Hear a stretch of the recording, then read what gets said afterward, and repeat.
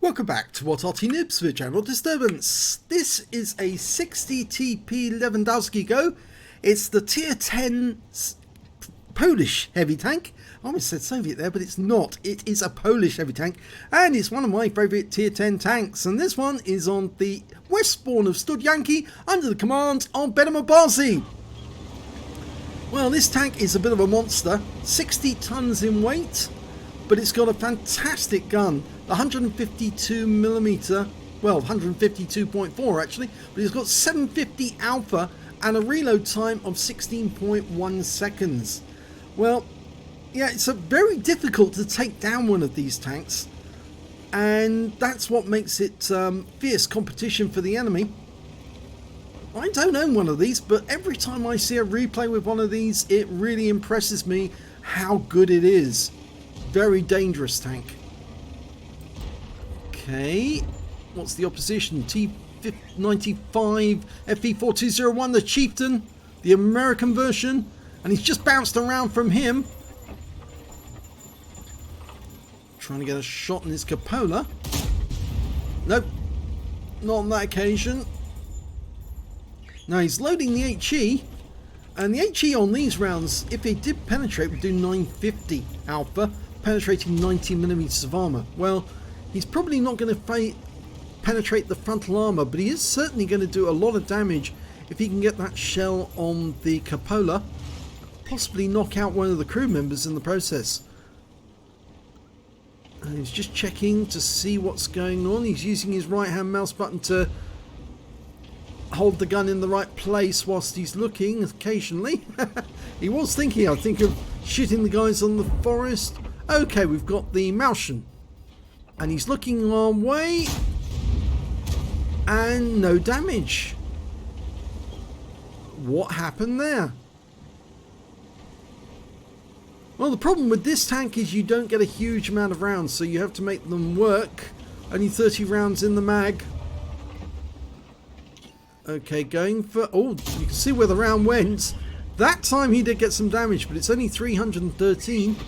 It's not an earth-shattering amount. Now the armor on this tank is very, very impressive. I think it's something like 200mm in some places.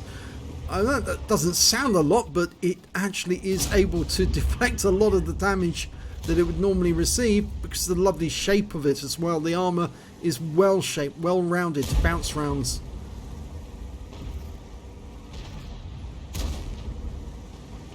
I don't know if you saw the other day, we put up a replay concerning one of these on a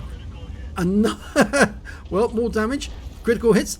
We put up a replay in a ranked battle with one of these, and the player was literally going around the battlefield just demolishing the enemy tanks one after the other, and they were tier 10 tanks that he was attacking and killing. It really is quite an amazing vehicle. Well, he's now run out of HE rounds, and he did take a hit there at that time from the Martian. Fired an APCR round into him, and just checking to see where the round went. I think he over-angled when he came out. There's the Martian. Bounced. Okay, now, can he get that one through the cupola? If he doesn't, if he hits one, he might hit the other. No, I don't think he's got a clean enough shot. He's trying to use those supports because they are solid objects. So if somebody tries to shoot at him through that object, the round will just bounce off. It's forcing the enemy to come out a bit harder. Okay, that E50 should be able to get that. Yep. 709. It's a low roll, but it's a nice hit. So it's more hit points.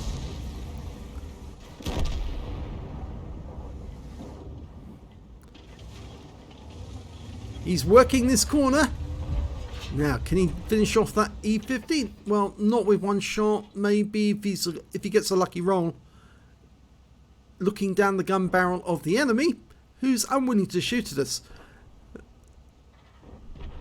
Or is he dead? He's dead. Sorry.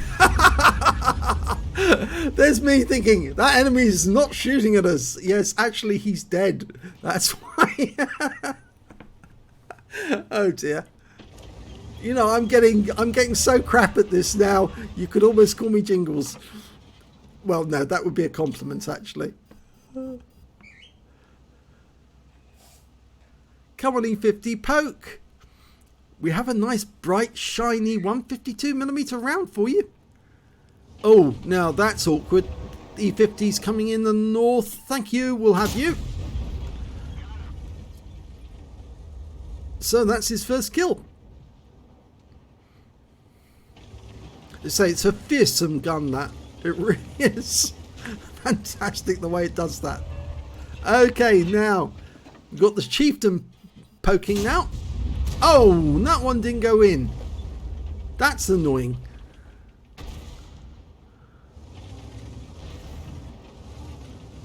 Well, it seems to me they're focusing on our teammate to the right, the Conqueror. Can we get a shot into the chieftain this time? No. He's running short on ammo now. He's only down to 19 rounds.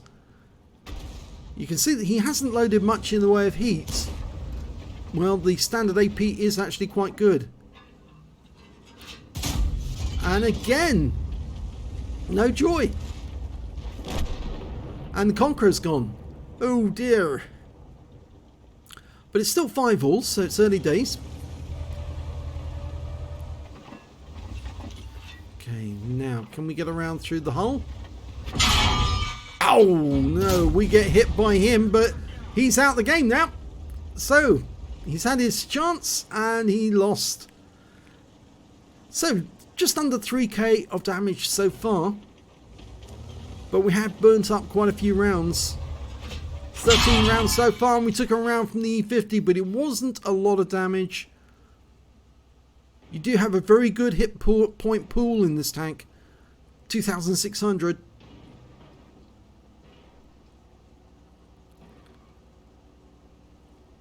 It might be worth poking now, actually.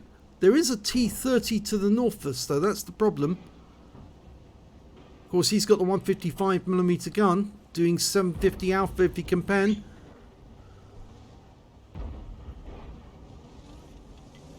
And he's low on hit points. He's low on hit points, that T30. One shot should finish him off. He's having a quick check. I'm sure Betim wants him.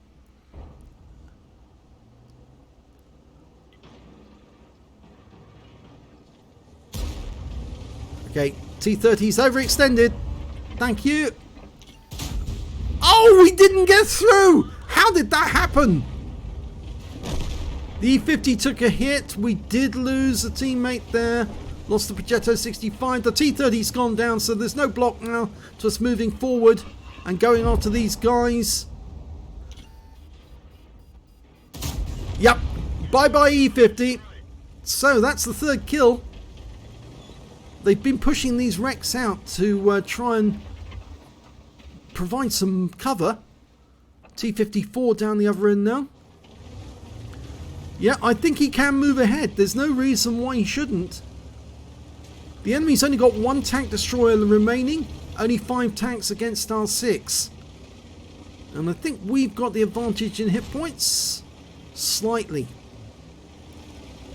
Okay, T54. Thank you. Bye-bye. That's 4 tanks now. Oh, took him around from the back chat. Now we know where he is.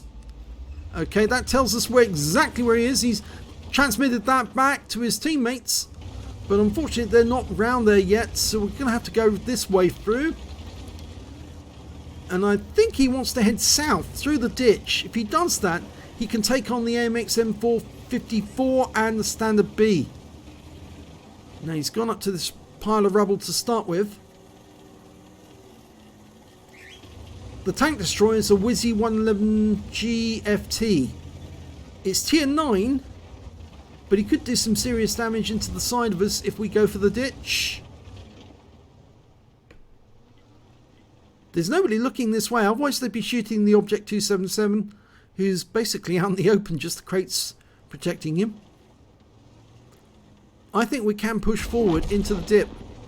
Oh, now that's where the AMX went. He is there. So we could have gone forward, but that's told us now that we've got a threat behind us. And there's the Standard B. No shot. Building in the way. Now the AMX, he doesn't know which way we're going to go. If we go this way round, he has to respond to us. Is he a one-shot? No, he's a two-shot. At least a two-shot. We've queued up the heat round. Going to fire the loaded AP. Hope that the MXM454 comes around the corner a bit. Then we'll pull forward, shooting through the gap into him. Come on. That's it. Thank you. Nicely done. 938. He doesn't need the heat round. He could do it with the standard AP. But he's loaded the heat anyway to absolutely make sure of it. This is going to be a certain kill. Into the rear. Yep. Actually got the side. Okay, could queue up a standard round now, but he's still loading the heat. There's only 3 enemies left. He's on 5 kills. He's up for a potential Top Gun. He could still, in theory, get a Radley's. But he'd need to kill all 3 enemy. Well, he's queued the AP now. He's not going to reload the AP straight away. The standard B is reaching our cap area. And there's 3 versus 3. This is very tense because we don't know where that Wizzy 1111 GFT is.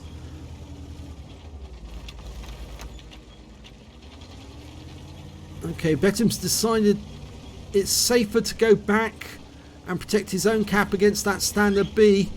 He could start capping, and this is a slow tank. That's one of the drawbacks of the 60TP. It is very slow, very sluggish.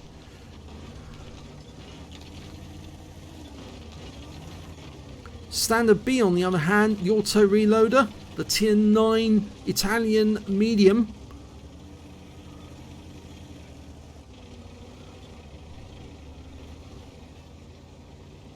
Now, he can fire more rounds than us, but obviously he's got the difficulty of trying to get the shots into our armor. And remember, 1 round, if he's badly damaged, 1 round should be enough. He says he's going back, just spotting. And he says nobody's in a position to shoot. He says the Wizzy is a bot. Ah, there's the standard B, came up. So we now know where he is. We're getting into a position. Can we shoot? Yes, we can. He's toast. And that really makes an advantage. But we were seen, so somebody is nearby. Or was that the standard B spotting us when we fired? I think it may be, but it's now a Top Gun. Still 2 enemies out there. Now the Wizzy 1111 GFT is, well, I keep saying 1 GFT. It's actually a GFT. Has been spotted. Grid Square G8. And of course the Arty's probably on the east side of the map, or probably down at the bottom. He might be moving across, but the Arty's batch at 155.55, the tier 9 single shot.